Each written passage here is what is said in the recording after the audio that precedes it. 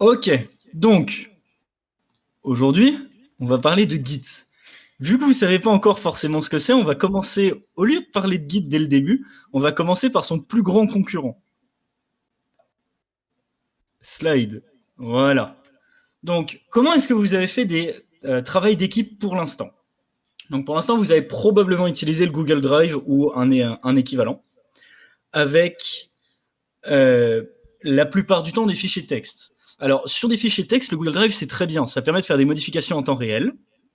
Donc, tout le monde peut voir ce que tout le monde est en train de faire là directement tout de suite. C'est vachement bien. Le problème, c'est que si un projet dure suffisamment longtemps, c'est pas facile de savoir qui a fait quoi.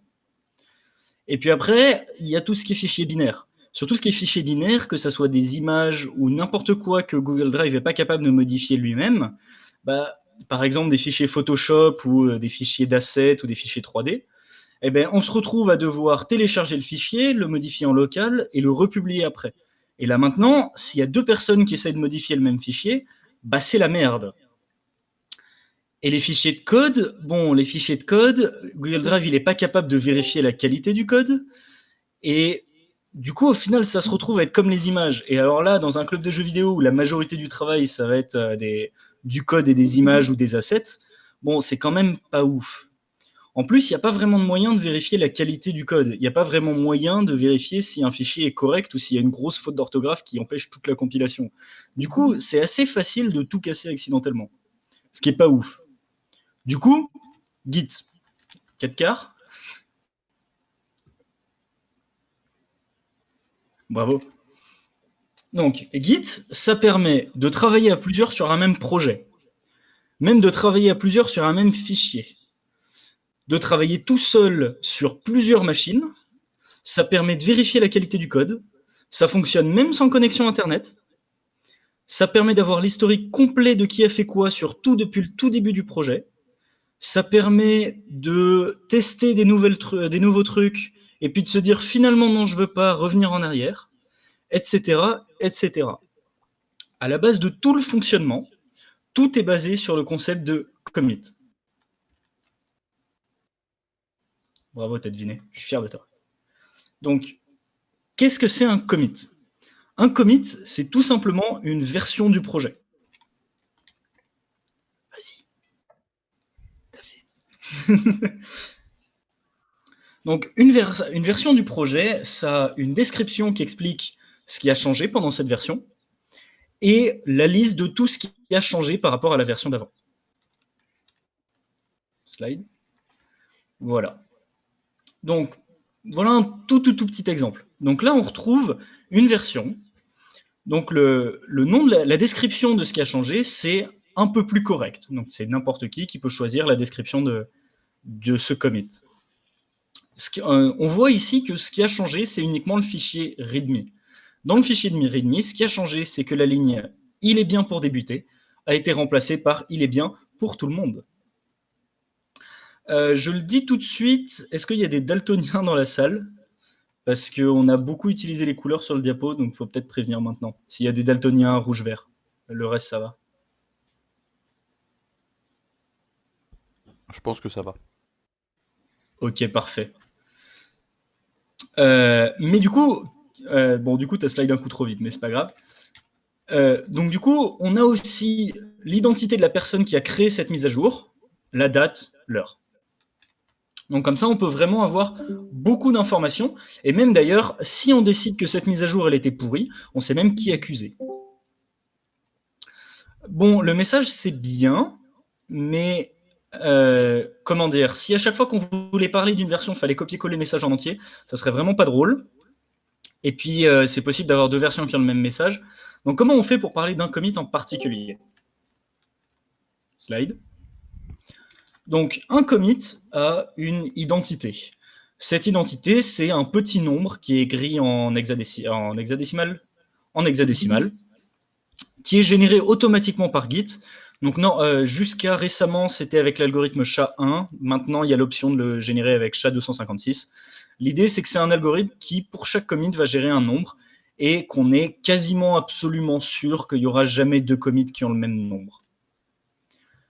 Bon, là, je ne l'ai pas affiché entièrement, le numéro du commit, parce qu'en vrai, il est beaucoup plus long. Bon, on va s'intéresser à la première commande Git. Donc, on va montrer Git show. Git show, ça permet d'afficher le contenu d'un commit et de voir tout ce qu'il y a à l'intérieur. Donc, on voit sur la commande que j'ai tapée, j'ai écrit C76, et si on voit en orange la première ligne, C76 D85, bon, le vrai numéro du commit, il est très long, mais il suffit d'écrire le tout début, et tant qu'il n'y a pas d'ambiguïté, Git est content et il va être capable de reconnaître lequel c'est. Donc là, je sais que dans ce dépôt, il n'y a aucun autre commit qui commence par C76, donc j'ai juste à écrire C76 et il est content. Bon, dans Git show, ça affiche quand même pas mal d'informations. Donc on va retrouver, David, je ne sais pas si tu peux pointer, mais on retrouve bien du coup l'ID du commit. On retrouve l'auteur. On retrouve la date. On retrouve le message. On retrouve le contenu. Et plein d'autres trucs qu'on verra plus tard.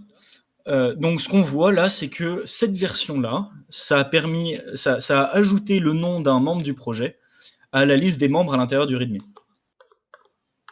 Ok. Bon, avoir une version dans un projet, c'est bien, mais plus qu'une version, c'est mieux. Donc, pour permettre ça, chaque commit va se souvenir de la version précédente. Et comment il va faire ça? En fait, il va se souvenir de l'ID de la version précédente. Slide. Donc, maintenant, on sait quel était le commit précédent. Et du coup, récursivement, en allant du commit précédent au commit d'encore à lui et du commit d'encore à lui, c'est possible de remonter jusqu'au tout début du projet, jusqu'au tout premier commit, qui lui n'a pas de parent. Et en fait, on peut le dessiner. Slide.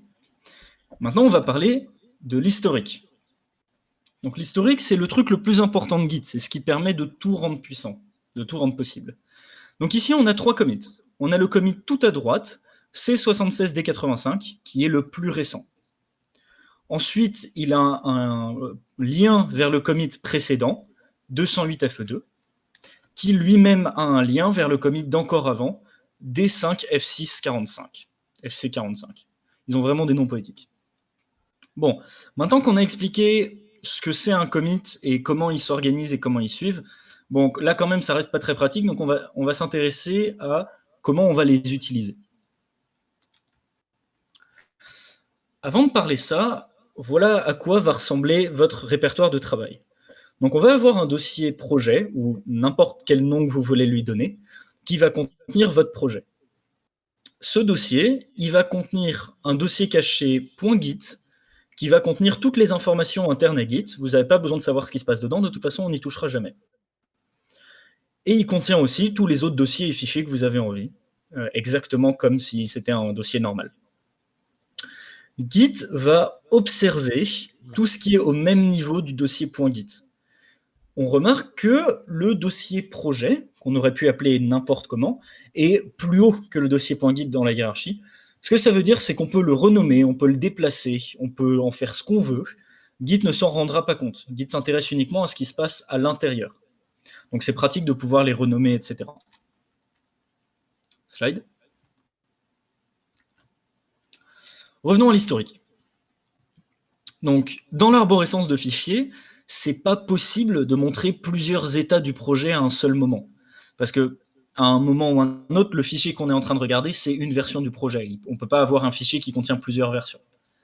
Donc pour ça, Git a un pointeur magique qui représente le point actuel. Slide. On l'appelle head. C'est une sorte de pointeur. Pour ceux qui ont fait du C, vous voyez un peu ce que c'est un pointeur. Pour ceux qui n'ont pas fait de C, David, je ne sais pas si tu veux interrompre et parler plus des pointeurs ou si on reste là-dessus. Non, c'est juste une indication de là où on se place. C'est comme une sorte de flèche qui pointe vers, qui montre ce commit-là. Ok. Donc head, ça représente l'endroit dans le dossier où on se trouve. Donc si on regarde dans les fichiers, si on lit un fichier, on lit la version qui correspond à la position de head. Pour pouvoir voir une ancienne version du projet, ce qu'on va faire, c'est déplacer head. Alors voilà, du coup, la deuxième commande qu'on va voir pour aujourd'hui. Donc git switch detach 208 FE2. Donc là, ce qu'on a fait, c'est qu'on a déplacé head du commit où il était précédent jusqu'au commit 208 FE2. Maintenant, si on regarde les fichiers, ça correspond à une version précédente. On est revenu dans le passé. En fait, tous les outils modernes, donc les IDE, Unity, Unreal, ils vont être capables de détecter ça et automatiquement de recharger les fichiers. Donc changer de version avec cette commande-là, ça va suffire pour vraiment relancer entièrement le truc. Il n'y a pas besoin de réouvrir l'IDE ou quoi que ce soit. Vous remarquerez que dans l'option, il y a "-detach" dont on ne parle pas. On en reparlera un tout petit peu plus tard. Slide. Bon, par contre, taper des numéros de commits à chaque fois, c'est pas fun. Parce que là, dans mon dessin, j'ai mis que 3 commits, mais dans la réalité, bon, on a tendance à en faire beaucoup. Par exemple, le noyau Linux a en moyenne 75 000 nouveaux commits par an. Pour un projet typique du premier semestre en informatique, vous allez avoir environ 130 commits. Pour un projet du deuxième semestre, vous en aurez environ 400. Donc, vous allez vous habituer assez vite à avoir beaucoup de commits. Bon, pour ceux qui ne sont pas en filière informatique, vous en aurez probablement pas en dehors des cours d'informatique, je pense. Mais par exemple, dans une game jam ou etc., une game jam qui dure pas longtemps, il n'y en aura probablement pas tant que ça. Mais sur un projet qui dure plusieurs mois, ça peut monter très très vite. Donc devoir se souvenir des numéros de commits, c'est ok de temps en temps pour faire des exceptions, mais alors en permanence, c'est vraiment pas fun. Ce qu'on voudrait, Ouais. ça serait pouvoir poser une... Ouais. Ouais, je t'interromps. Déjà de base, essayer de se retenir de 2 ou 3 numéros de commit, c'est pas du tout amusant. Donc même de base, en fait, le fait de devoir retenir des numéros, ce sera pas pratique à utiliser. Je reviens juste un tout petit peu plus tôt. La commande git switch, c'est une commande qui a été ajoutée sur des versions plus vieilles, plus récentes que celles qui sont à l'école. Donc ce sera pas la commande git switch qui sera utilisée, ce sera la commande git checkout. On vous en reparlera un peu plus tard. Voilà, la raison pour laquelle on a choisi Git Switch, c'est parce que Git Checkout fait deux trucs différents et c'est possible de casser le projet accidentellement si on fait pas attention. Donc avec Git Switch, c'est pas le cas. On vous parlera à la fin de comment faire sur les machines de l'école, mais sur vos machines personnelles, vous aurez Git Switch.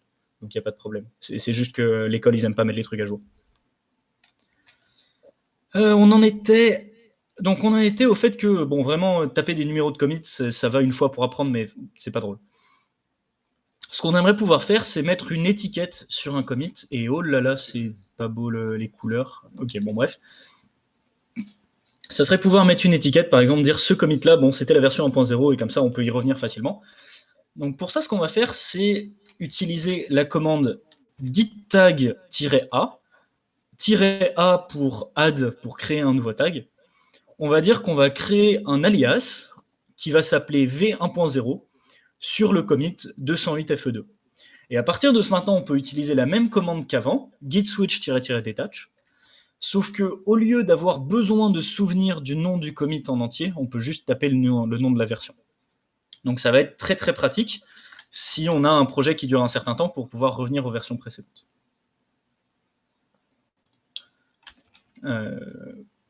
Ok. Bon. Les tags, c'est bien, mais il y a aussi les branches. Alors, l'intérêt principal de Git, c'est de pouvoir travailler sur plusieurs choses en parallèle. Et tout tourne autour de ça, vraiment tout. Bon, on va prendre l'exemple actuel. Donc on a un commit C76D85, c'est là qu'il y a head, donc c'est là qu'on est actuellement. Et il contient l'ajout d'un personnage. Par exemple, le personnage, mais on lui a pas encore dit comment il pouvait se déplacer, s'il utilise le clavier, s'il utilise tout ça. Donc ce qu'on aimerait pouvoir faire, c'est faire des essais. Donc faire des essais d'avoir un prototype où on le déplace avec le clavier, un autre prototype où on le déplace avec la souris et puis voir à quoi ça ressemble. Slide. Ok. Git, ça permet de tester plein de trucs en parallèle. Mais bon, encore une fois, si à chaque fois qu'on devait se déplacer, il fallait taper le numéro du commit, ça serait vraiment pas drôle. Donc on va parler de branches. Une branche, c'est un pointeur vers un commit spécifique. Sauf que contrairement au tag, les branches se déplacent si on crée un nouveau commit. Donc prenons un exemple. Donc ici, on a un commit A5D15 dans la branche clavier qui contient les modifications pour déplacer le personnage avec le clavier. Grâce au pointeur head, on sait que c'est là qu'on est actuellement. On voit aussi qu'il y a une deuxième branche souris SV5E3 où on a commencé à travailler sur l'utilisation d'une souris. Bon, là maintenant, ce qu'on va vous montrer, c'est que si on crée un commit dans la branche clavier, par exemple pour régler un bug, ça va déplacer cette branche. Vas-y. Donc vu qu'on a modifié les fichiers, évidemment, head s'est déplacé aussi. En fait, head, c'est pas vraiment un pointeur sur un commit. Head, c'est un pointeur vers une branche. Donc quand on travaille sous Git, on va beaucoup utiliser de branches, et en fait, on va très rarement se déplacer de commit directement. Donc la commande suivante, c'est la commande pour afficher la liste des branches. Donc là, on voit qu'on a 3 branches dans ce dépôt, brain.master, GitLab master, et la branche actuelle, la petite étoile, ça veut dire c'est là qu'est head, T400, posting comments. On voit qu'on peut voir pour chaque branche le numéro du commit le plus récent et le message. Donc, juste petit rappel pour être vraiment sûr, quand on veut se déplacer, changer de branche, tout ce qu'on va faire, c'est déplacer head. Bon, on a vu tout à l'heure git switch-detach. En fait, head, c'est un pointeur vers une branche. Quand on va se déplacer vers une branche, on n'a pas besoin du -detach, on peut juste faire git switch souris, git switch clavier, pour automatiquement changer de branche et pouvoir voir les autres tests en parallèle sur lesquels on est en train de travailler. On va utiliser -detach pour se déplacer vers quelque chose qui n'est pas une branche, donc par exemple un tag ou un commit. Pourquoi on précise -detach? Git va automatiquement, une fois de temps en temps, environ une fois toutes les semaines, supprimer tous les commits qui sont inaccessibles. Les commits qui sont inaccessibles, ça veut dire tous les commits qui ne sont pas parents d'une branche ou d'un tag. C'est donc hyper important de toujours utiliser... c'est donc hyper important d'avoir des branches pour tout, en fait, ou des tags. Pourquoi le -detach? Parce que si on déplace head vers quelque chose qui n'est pas une branche et qu'on crée un commit et qu'on redéplace head, ce commit-là n'a pas été créé dans aucune branche, puisque une branche se déplace que si on est dedans.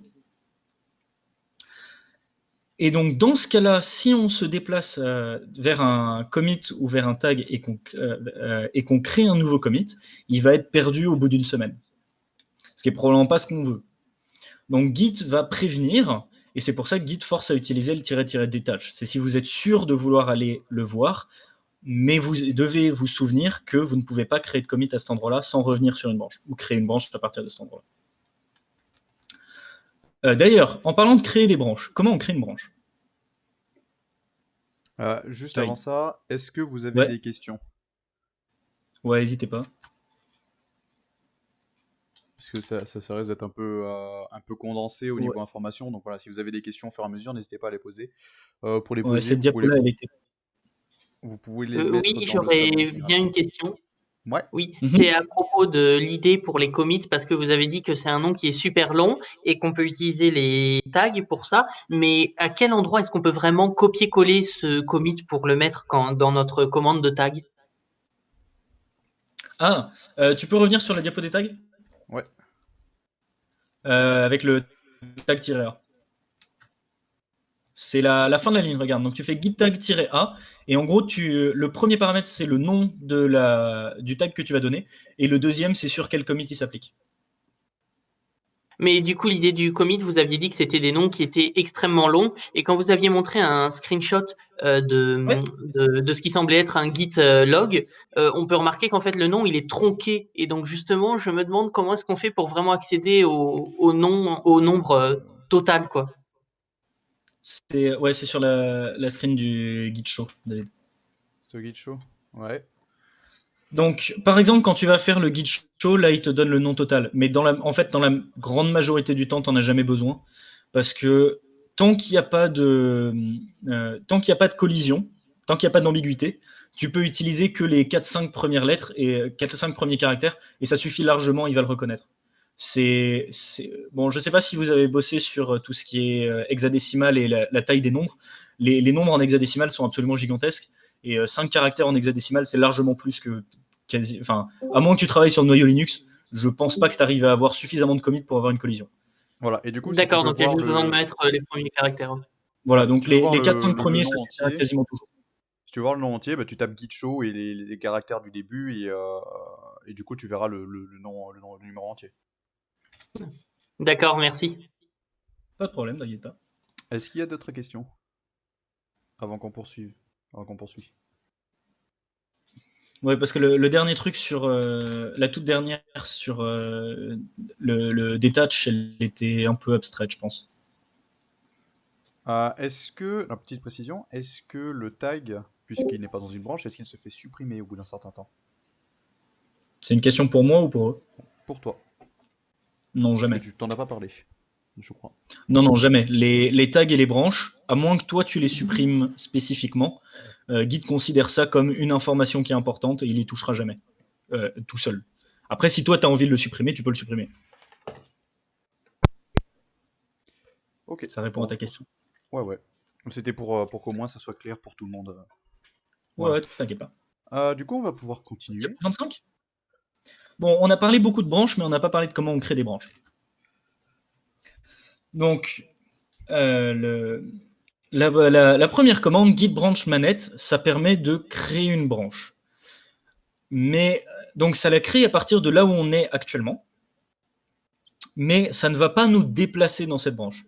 La majorité du temps, quand on crée une branche, on a envie d'aller dedans tout de suite. Donc pour ça, on va utiliser git switch-c, -c pour create, de manière très prévisible. Donc git switch-c est le nom d'une branche, ça va créer la branche à partir de là où on est, et automatiquement nous déplacer dedans avec git switch. En fait, on peut créer la branche à partir d'un autre endroit que là où on est. Donc si on fait git switch-c manette souris, c'est-à-dire qu'on va créer la branche manette à partir de la branche souris. Et du coup, la branche manette va automatiquement contenir tout ce qui était dans la branche souris. Ça peut être pratique, par exemple, si on a une branche souris pour régler les déplacements du personnage avec la souris, et qu'on se dit, bon, on aimerait aussi pouvoir gérer la manette, mais en vrai, ça va être quasiment le même code, donc autant repartir du code de souris et rajouter des trucs, plutôt que repartir d'une version précédente.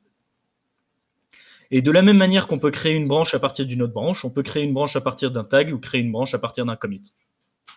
Et encore une fois, les règles sont toujours les mêmes, on peut écrire juste le début du commit, etc. Bon. Dans chaque dépôt, il y a une branche qu'on appelle la branche principale. Par convention, et ça veut rien dire, mais par convention, la branche, par défaut, s'appelle master. Assez récemment, GitHub a décidé de la renommer main. Donc sur GitHub, vous verrez souvent qu'elle s'appelle main, selon si les projets datent d'il y a quelques mois ou d'il y a plus que ça. Mais la majorité du temps, vous la verrez master. Sur GitLab, etc., elle s'appelle master. Master représente la version stable. L'idée, c'est qu'à n'importe quel moment, on peut aller rapidement dans master, et le code qui est dans master, c'est la version la plus avancée du projet qui fonctionne. Donc, si vous travaillez et que vous faites un jeu vidéo pour un client, à n'importe quel moment, vous pouvez aller dans la branche master et montrer au client une version qui fonctionne, même si vous êtes en train de travailler en parallèle sur un truc qui est complètement cassé parce que vous n'avez pas fini de l'écrire. Donc, ça ajoute cette sécurité qu'à n'importe quel moment, vous avez quelque chose à montrer. En parallèle, on va utiliser un très très grand nombre d'autres branches pour tester des nouveautés, travailler en parallèle, faire des expériences, etc. Quand on a fini avec une branche, en général, on va la supprimer si on décide que ce qui nous est dedans ne nous intéresse plus, ou alors on va la fusionner dans master. fusionner. On n'a pas du tout parlé de fusion de branches. Alors, exemple. Slide. Première version, la plus facile. Donc, on a une branche master, une branche souris. Actuellement, donc analysons directement l'historique. Donc actuellement, on sait que la version sur laquelle on est en train de travailler, on est sur master. Pourquoi? C'est parce que c'est là qu'il y a head. Le truc, c'est que bon, la branche master, on a dit c'est la branche finale pour le client. On a décidé que ce qu'il y a dans la branche souris, en vrai, c'est bien et on voudrait bien le montrer au client. Donc, ce qu'on voudrait pouvoir faire, c'est que la branche master contienne tout le contenu de la branche souris. Comment on va faire ça? Bon, le truc, c'est ce qu'on a dit, c'est que les branches, c'est vraiment juste des pointeurs. Pour qu'un commit soit dans une branche, ça veut juste dire que la branche pointe sur un enfant de ce commit. Donc, par exemple, là, la branche souris pointe sur C76D85.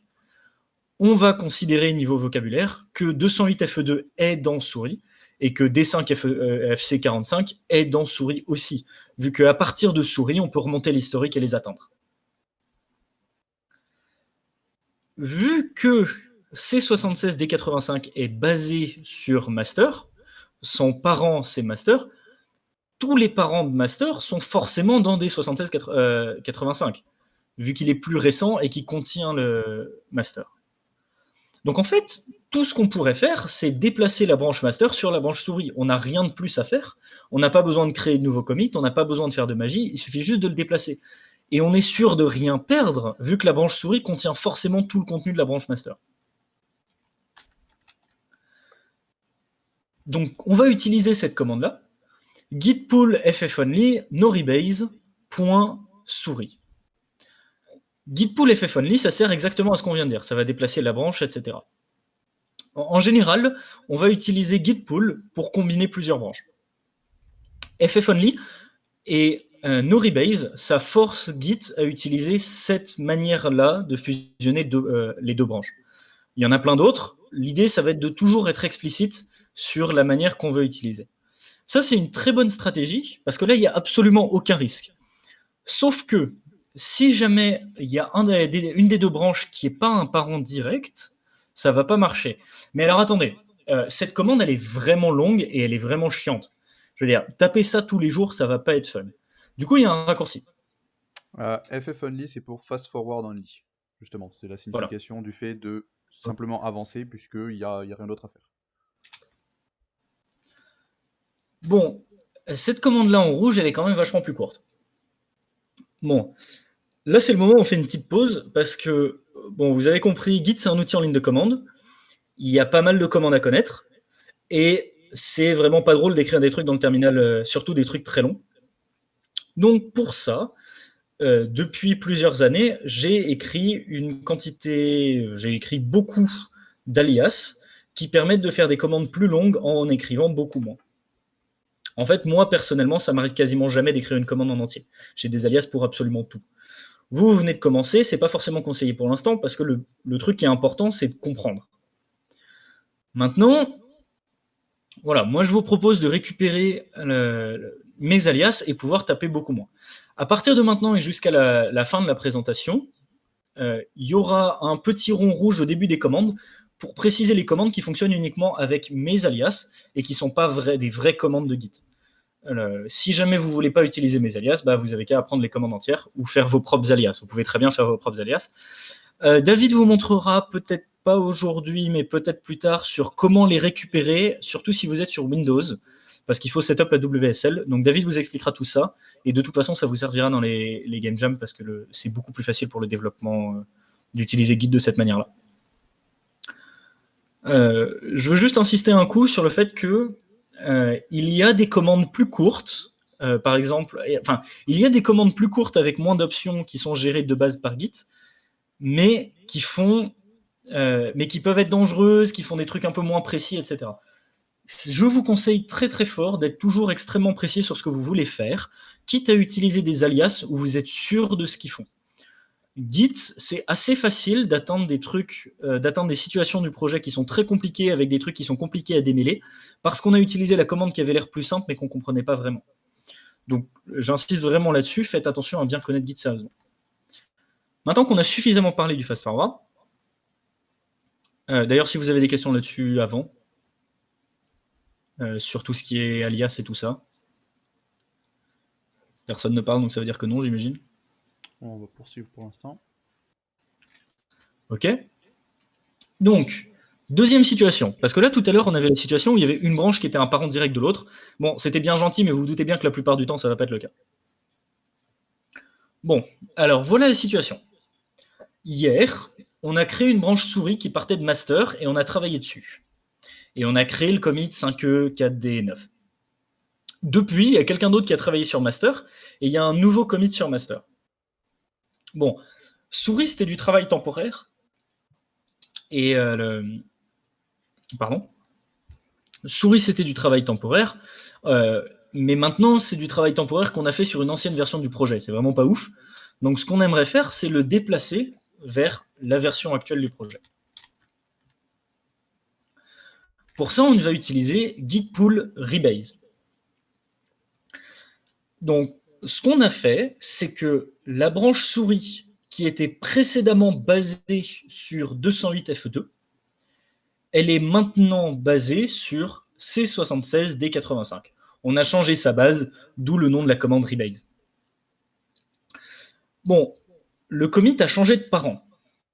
Donc, avec ce qu'on avait dit tout à l'heure sur l'identité d'un commit, qui est forcément unique, bah, vu qu'on a modifié le commit, l'identité est forcément différente. Du coup, ce qu'on a fait, c'est qu'on a copié le commit en soi. On n'a pas vraiment modifié, on l'a pas vraiment bougé, on en a fait une copie. Et on a tout copié comme il fallait pour que ça soit au bon endroit. On remarque que l'ancien commit 5ED49 existe toujours. Je l'ai dessiné en pointillé ici parce que plus aucune branche ne pointe dessus. Et donc, la prochaine fois que Git va la prochaine fois que Git va nettoyer l'historique, il va voir que ce commit est inaccessible et il va le supprimer. D'ici à ce qu'il le fasse, c'est toujours possible d'y retourner et de recréer une branche si jamais on se rend compte qu'on ne voulait pas faire le rebase. Voilà. Donc on voit que ça reste quand même très efficace, mais ça a l'inconvénient qu'on a modifié l'identité du commit. Ok. Pourquoi l'option interactive dans la ligne de commande? C'est juste parce que Git va vous demander ce que vous en pensez. Cette commande-là, si vous avez des questions dessus, ça peut être une bonne idée maintenant, et de toute façon, il y aura une démo tout à l'heure directement en ligne de commande faite par David, notre David chéri. Si en attendant, vous avez des questions là-dessus, vu que c'est un... Bon, n'hésitez pas. Mais vu que personne ne parle, j'imagine que je continue. Donc, l'idée du rebase, pour essayer de reformuler un peu, c'est que on va faire en sorte de garder nos propres modifications tout en récupérant les modifications qui sont sur master.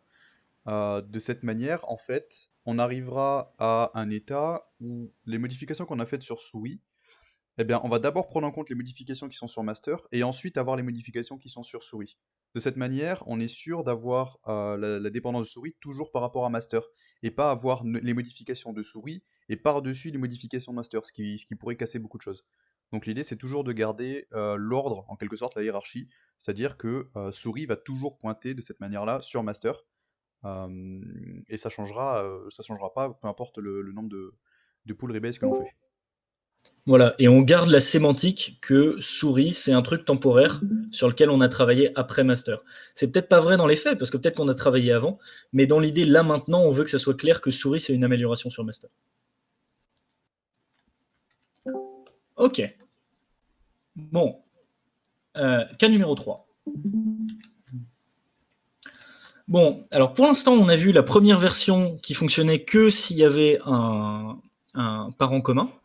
Et on a vu une deuxième version qui créait un nouveau commit en faisant une copie quasiment parfaite d'un commit existant. Bon, il y a des cas où on ne peut pas se permettre de faire une copie quasiment parfaite d'un commit et d'abandonner le précédent. Par exemple, si ce qu'on veut mettre à jour, c'est la branche master. Pourquoi on ne peut pas faire une copie actuelle de la branche master, le faire pointer sur autre chose et oublier le précédent? Le problème, c'est, imaginons reprenons l'idée que la branche master, c'est ce qu'on montre au client. On ne peut pas modifier le passé de ce qu'on va montrer au client. On ne peut pas faire que, si aujourd'hui, je montre quelque chose au client, que demain je commence à travailler et qu'il veut voir la version d'aujourd'hui, donc du coup hier par rapport à demain, ça soit un truc différent. Il faut que ça soit la même chose. Si c'est la version d'aujourd'hui, même dans 3 jours, la version du 7 novembre, même dans 3 jours, ça doit être la version du 7 novembre. On ne peut pas se permettre de modifier le passé de master. Alors que d'autres branches qui sont temporaires, il n'y a pas de problème. Mais master, il ne faut pas. Dans ce cas-là, on n'a pas le choix. On va être obligé de créer un nouveau commit qui va avoir 2 parents et qui va contenir la somme de ces 2 parents. Voilà. Donc on va utiliser cette commande, git pull noff merge, ou si vous utilisez ma config git pm pour pull merge. La version courte à chaque fois, c'est pratique. Bon, et là, vous voyez, on a fait une fusion des 2 branches. On n'a pas touché à la branche souris, elle n'a pas été modifiée, et la branche master a juste avancé vers un nouveau commit qui n'existait pas avant. Pourquoi? Alors, vous allez me dire, le merge, ça fonctionne dans tous les cas. Alors, pourquoi est-ce qu'on ne l'utiliserait pas dans tous les cas? Premièrement, ça rend l'historique moche. Ça rajoute des commits qui servent à rien, à part fusionner des branches. C'est complètement illisible. Et ça rend aussi tout le projet plus compliqué à gérer. En fait, ça rend beaucoup plus difficile de retourner dans le passé. Parce que là, maintenant, à chaque fois qu'on va vouloir revenir dans le passé, on va de quel côté? Si on prend le commit H4D56Z, le commit précédent, c'est quoi? C'est C76D85 ou c'est 5E4D9? Il n'y a pas vraiment de bonne réponse. Les deux sont des commits précédents. Donc à chaque fois qu'on va vouloir revenir dans le passé, par exemple pour trouver des bugs, pour savoir qui a modifié quelque chose, tout va devenir plus compliqué. Alors, pour l'instant, c'est des exemples très simples, donc je comprends bien que vous me disiez, bon, ça n'a pas l'air si compliqué que ça. En vrai, faites-nous confiance sur un projet qui dure longtemps. Ça rend vraiment tout plus compliqué petit à petit. Donc si vous en faites que 1 ou 2, ça va. Mais si vous en faites vraiment 1 tous les jours, au bout d'un moment, ça devient vraiment compliqué de se balader dans le dépôt, comprendre ce qui se passe, etc.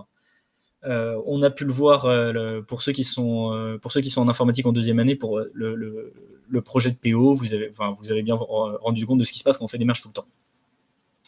Sinon, pour les autres, faites-nous confiance. Les merges, c'est vraiment à utiliser au minimum quand c'est obligatoire. Petit résumé de ce qu'on a fait jusqu'ici.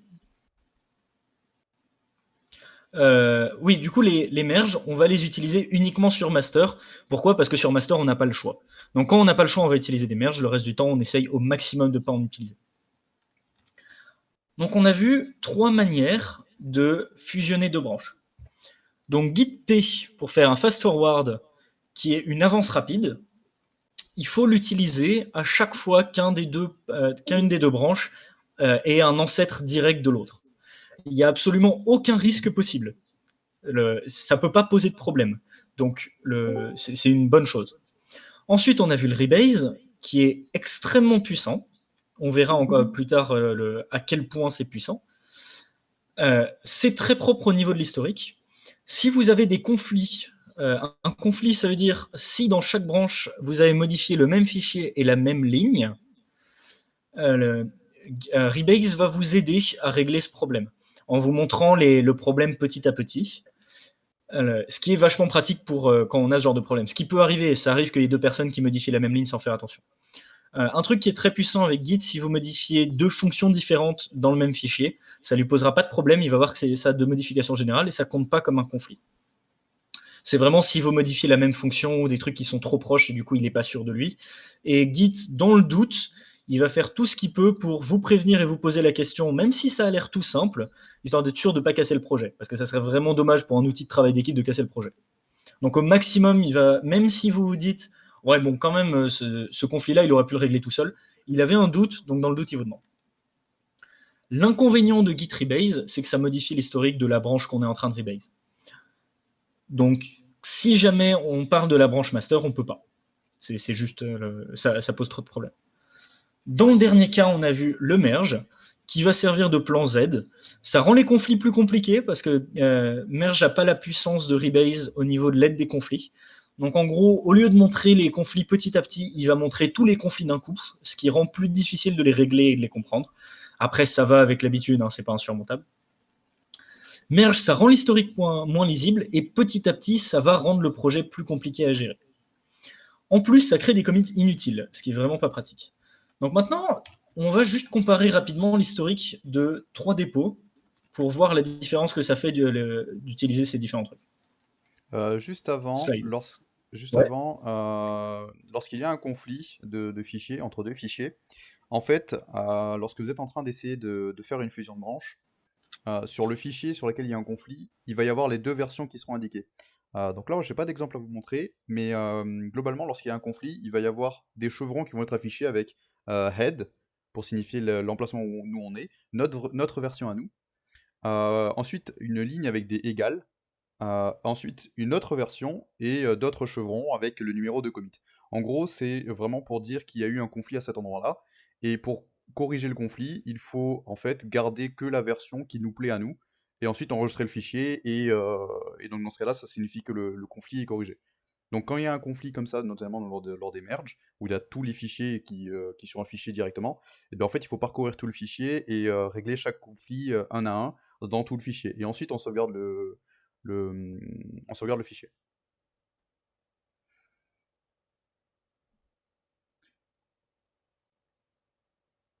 Tu peux continuer, Yvan.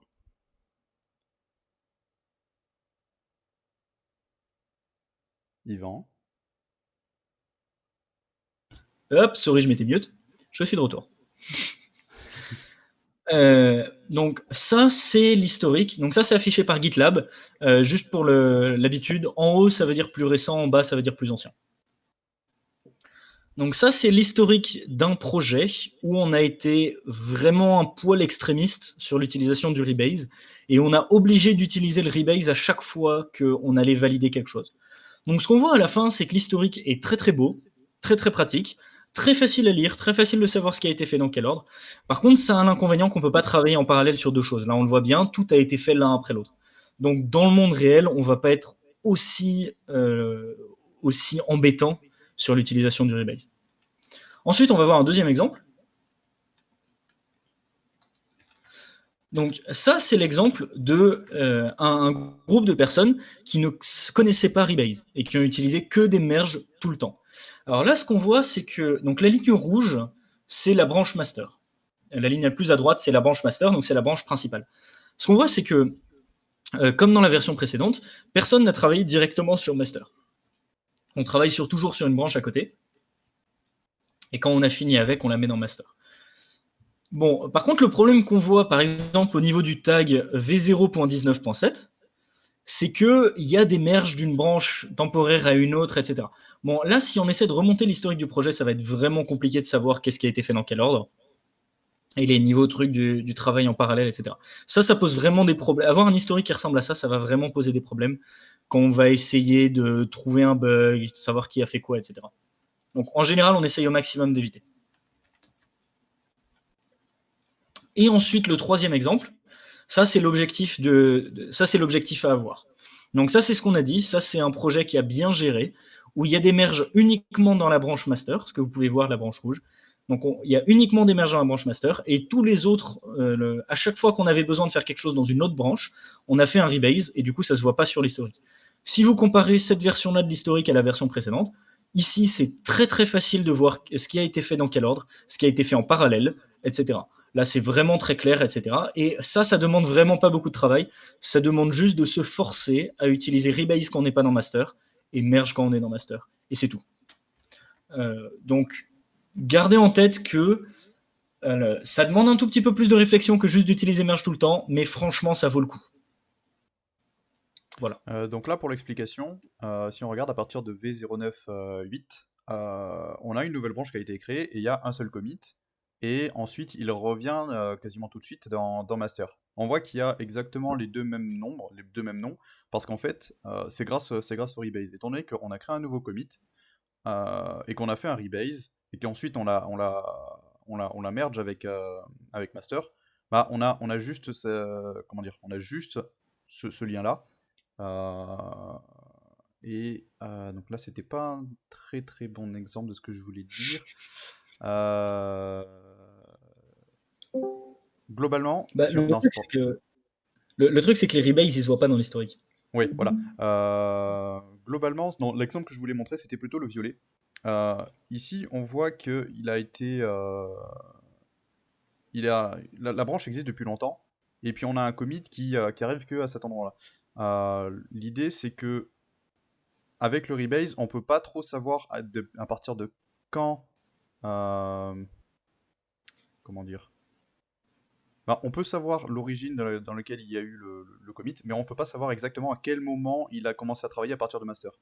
Mais c'est pas vraiment un inconvénient puisqu'on a continué à suivre les modifications depuis master.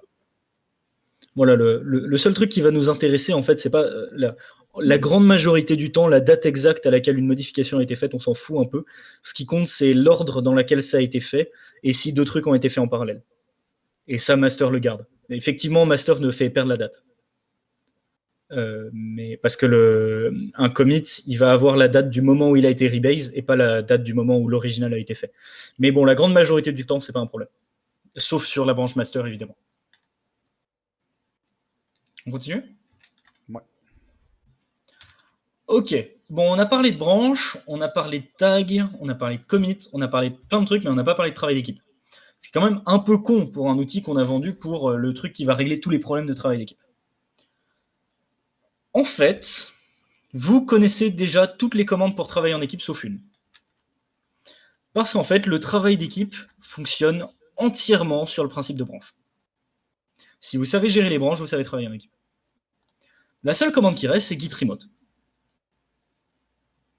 Next. Donc git remote, ça va être la commande qui va permettre de gérer le fait d'avoir plusieurs dépôts Git qui vont se synchroniser entre eux. Remote en anglais, ça veut dire à distance. Donc ça va permettre de connecter notre dépôt au dépôt de quelqu'un d'autre pour pouvoir voir ce qu'il est en train de faire. Pour le connecter par exemple à un dépôt GitHub, pour pouvoir avoir une version publique du projet, etc. Donc la commande la plus importante, ça va être git remote add, le nom de la remote qu'on veut appeler, on peut lui donner le nom qu'on veut, et une URL. Alors là, j'ai donné 3 exemples. La première utilise une adresse HTTPS. Donc avec une adresse HTTPS, à chaque fois qu'on va se connecter, il va falloir écrire son nom d'utilisateur et son mot de passe. Ça va la première fois, ça va au début, mais après ça devient vite lent. Ça devient vite pas drôle. Donc la seconde URL utilise une adresse SSH. Si on a paramétré SSH correctement sur les deux machines, donc ça veut dire soit avec des clés SSH, soit avec des certificats SSH, je pense pas que vous en ayez parlé pour l'instant, mais c'est 2 commandes à taper, donc le jour où vous en aurez besoin pour une game jam, David vous expliquera comment faire.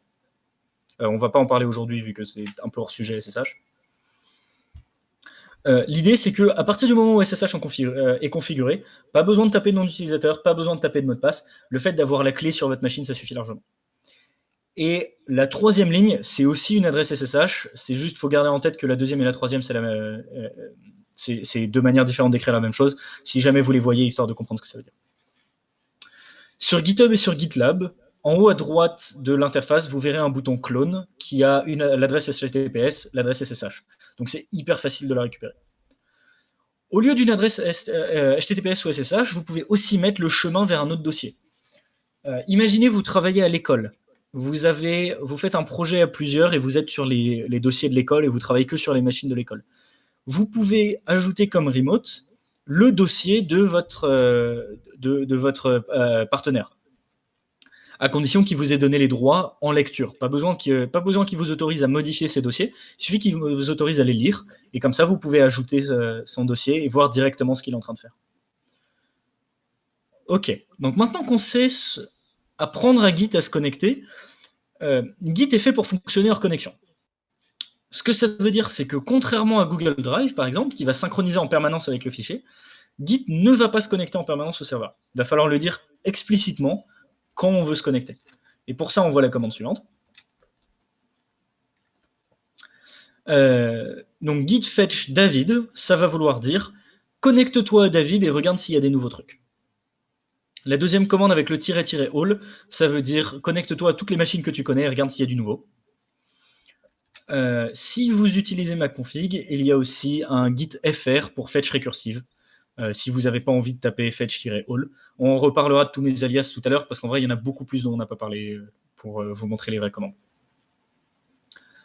Ok, donc dans les 2 cas, ce que Git va faire, il va se connecter à la machine que vous lui avez demandé, ou à toutes les machines si vous lui demandez toutes les machines. Ce qu'il va faire, c'est qu'il va regarder toutes les branches qui existent sur cette machine, et il va les copier en local.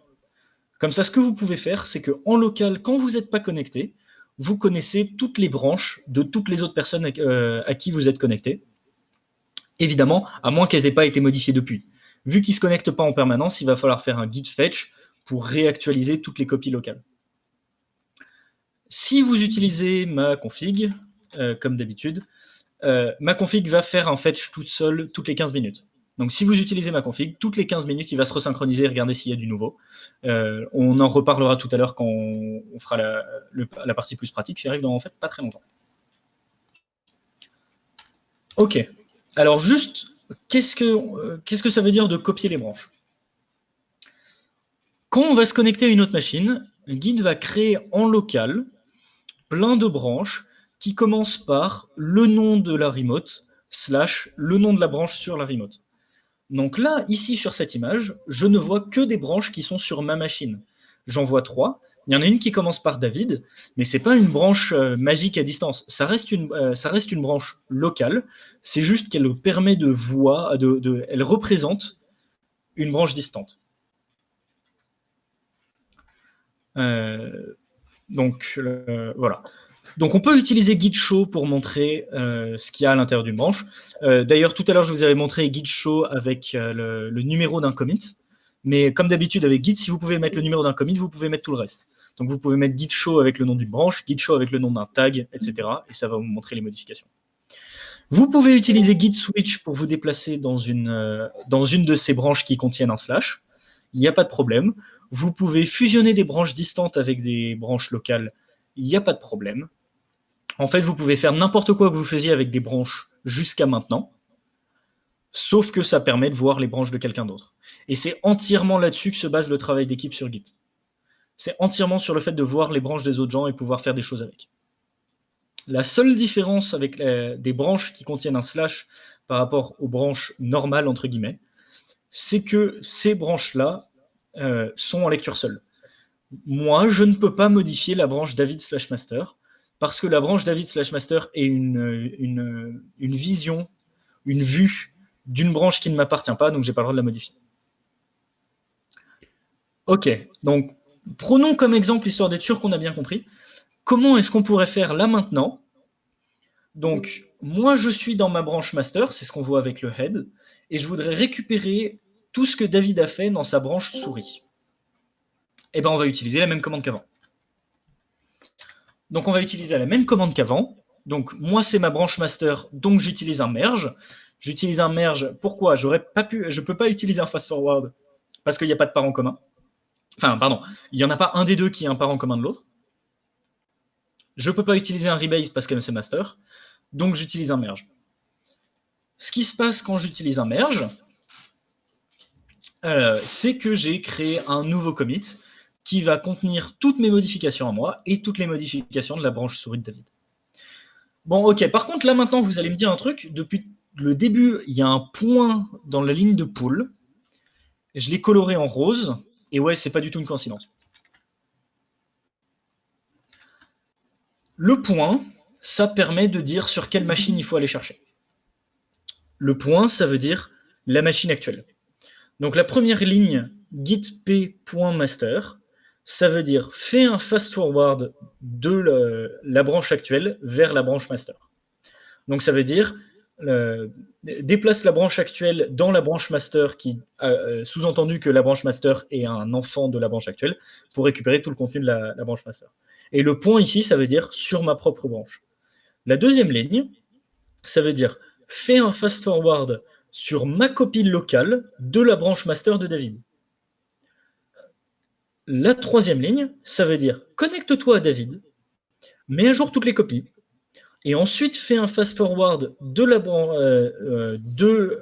et ensuite fais un fast forward sur ma branche locale, mais juste après avoir mis à jour la copie, donc tu es sûr qu'elle est à jour. En gros, la troisième syntaxe, c'est juste de faire un git fetch David avant de faire un git pull David/master. L'avantage, c'est que c'est plus court et ça permet d'être absolument sûr qu'on a la version la plus récente. J'insiste là-dessus avec les couleurs. parce que David espace master, ça veut bien dire connecte-toi à David et ensuite fais la branche master, alors qu'avec le slash, on parle bien d'un nom d'une branche locale. Il faut bien comprendre la différence. Ok. Et maintenant qu'on a vu ça, en fait, on sait faire tout le travail d'équipe. Parce que maintenant qu'on sait faire des fusions de plusieurs branches, qu'on sait le faire sur notre machine, il suffit que quelqu'un d'autre le fasse sur sa propre machine, et tout est bon. Et je vois que je n'ai pas parlé de Git push, ce qui me surprend énormément. Donc là, normalement, il devrait y avoir une diapo sur Git push. Donc Git push, de son alias Git PS, qui va s'écrire exactement pareil, mais uniquement la troisième. Les deux premières, ça marche pas. Donc Git push, ça va être Git PS, le nom d'une remote et le nom d'une branche. Ça va faire un fast forward dans l'autre sens. En gros, au lieu de faire donc la dernière ligne là que vous voyez, Git P David Master, ça va faire un fast forward où moi, ma branche actuelle, ça va la mettre à jour par rapport à la branche master de David en se reconnectant, etc. Et vu que c'est P tout court, c'est un fast forward. Git PS David Master, ça fait l'inverse. Ça va forcer David à faire un fast forward de sa branche à lui sur la mienne. Pourquoi ça c'est autorisé? Parce qu'un fast forward, ça ne peut pas être dangereux. Donc tout ce qu'on fait, c'est le mettre à jour. Donc ça craint rien. Évidemment, ça va fonctionner uniquement si vous avez les droits de modifier la remote. Donc par exemple, si vous travaillez à l'Enserb sur un projet et que vous travaillez sur la Forge, sur en informatique, vous allez forcément l'avoir. Les autres filières, je ne sais pas du tout s'ils utilisent la Forge. Sur la Forge, vous allez avoir les droits pour mettre à jour la Forge pour que les profs puissent le voir. Mais si vous avez juste demandé à avoir les droits en lecture sur ce que votre collègue est en train de faire, vous n'allez pas pouvoir faire un push. Alors vous me direz, mais pull, il y a trois manières entre le fast forward, le rebase et le merge. Pourquoi push, il n'y a que le fast forward et il n'y a pas de merge et pas de rebase? Pourquoi? Parce que merge et rebase, ça peut introduire des conflits, c'est potentiellement dangereux. Et Git ne vous permettra pas de créer des conflits chez quelqu'un d'autre. Si vous créez des conflits, c'est votre propre responsabilité. Donc, avant de pouvoir... donc, ce que vous allez voir, par exemple, assez souvent quand vous allez bosser sur vos projets, et ce qu'on va montrer juste après, c'est que vous allez avoir chaque personne qui participe, par exemple, à une game jam, qui va avoir son Git en local, et il va y avoir, j'imagine que c'est un GitHub, je pense que c'est ça qui est le plus populaire chez GCC. David, tu me corriges? Le 2, c'est OK. Juste Voilà. que GitHub, c'est plus Sur, facile. Enfin, c'est public sur de lequel base. vous aurez... Ouais, voilà. Donc, vous aurez un GitHub sur lequel vous aurez la version la plus récente de votre projet, où vous allez pouvoir mettre en commun tout. Plutôt qu'utiliser toujours en... Ouais. Je vais faire un petit ajout. Donc, ça veut dire, en fait, que ça soit, donc là, la branche David, la branche locale, ou GitHub, GitLab, en fait, l'idée, c'est que ils ont tous leur dépôt. Tout le monde gère leur dépôt, même GitHub, GitLab. La seule différence chez GitHub et GitLab, c'est qu'ils permettent d'empêcher à certaines personnes de faire des modifications, des choses comme ça. Ça gère tous les droits, ça gère les connexions, etc. Mais le principe au niveau du dépôt, GitHub et GitLab voient la même chose globalement que nous. Ce qui veut dire que, en fait, personne a la version... Enfin, personne va se référencer vers quelqu'un par rapport à la version actuelle du projet. C'est tout le monde qui a la version du projet et on met en commun. On utilise GitLab, GitHub parce que ça sert en quelque sorte de serveur pour qu'on se mette d'accord, mais globalement, on peut très bien se passer de ça et juste rajouter communiquer entre deux PC avec nos propres dépôts. Simplement, GitHub et GitLab permettent de mieux gérer le travail à plusieurs personnes, et ce, de manière internationale. Mais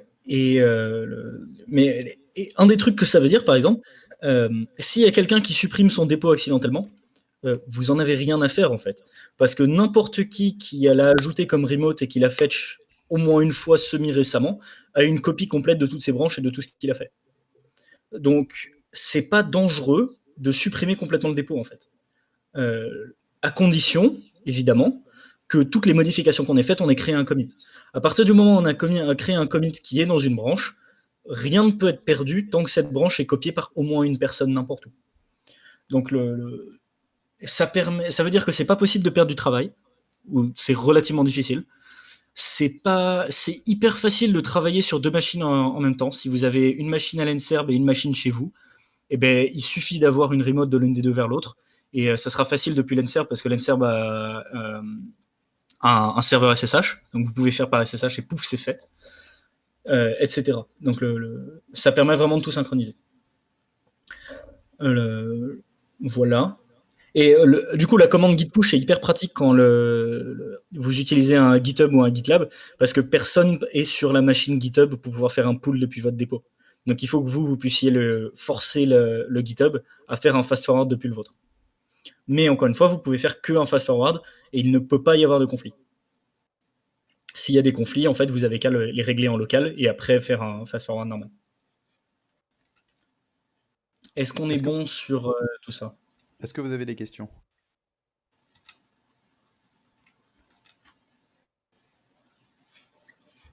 Non, pas de questions? On va continuer dans ce cas-là. Ok. Eh bien, il reste juste le tout dernier truc. Comment on fait pour pour créer un dépôt? Créer un dépôt, bon, en fait, ce qu'il faudrait faire, donc on oublie la première ligne, hein. Ce qu'il faudrait faire, c'est faire un git init pour créer un dépôt vide. Ensuite, ajouter comme remote ajouter une remote, donc ajouter une autre machine avec une adresse SSH par exemple, ou HTTPS ou n'importe quoi d'autre, tout synchroniser depuis l'autre machine, et puis après créer une branche master qui copie la branche de l'autre machine qui s'appelle master aussi. Bon, en fait, il y a une commande qui fait tout ça tout seul, qui s'appelle git clone, où on lui donne juste l'URL, et il va créer automatiquement une remote qui, par défaut, il va appeler origin, et il va créer automatiquement la branche master à partir de la branche master distante. Si vous utilisez GitHub, il va l'appeler main et pas master. Si vous utilisez un projet GitHub récent, mais enfin, c'est kiff-kiff. Voilà. Le truc sur lequel j'essaie d'appuyer, c'est que le nom master, il a rien de spécial. Le nom origin, il a rien de spécial. C'est juste le truc par défaut. Et vous pouvez complètement le changer. Et d'ailleurs, on va le faire tout à l'heure.